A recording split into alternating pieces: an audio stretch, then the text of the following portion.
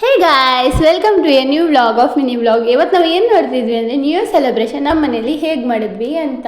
ನಾವು ಟ್ಯೂಷನ್ ಮಾಡ್ತಿರೋ ಕಾರಣದಿಂದ ಟ್ಯೂಷನ್ ಮಕ್ಕಳನ್ನೆಲ್ಲ ಇನ್ವೈಟ್ ಮಾಡಿ ಅವರಿಗೆ ಲಾಟ್ಸ್ ಆಫ್ ಎಂಜಾಯ್ಮೆಂಟ್ ಜೊತೆಗೆ ಕೇಕ್ ಕಟ್ ಸೆಲೆಬ್ರೇಷನ್ ಎಲ್ಲ ತುಂಬ ಚೆನ್ನಾಗಿ ಹೋಯಿತು.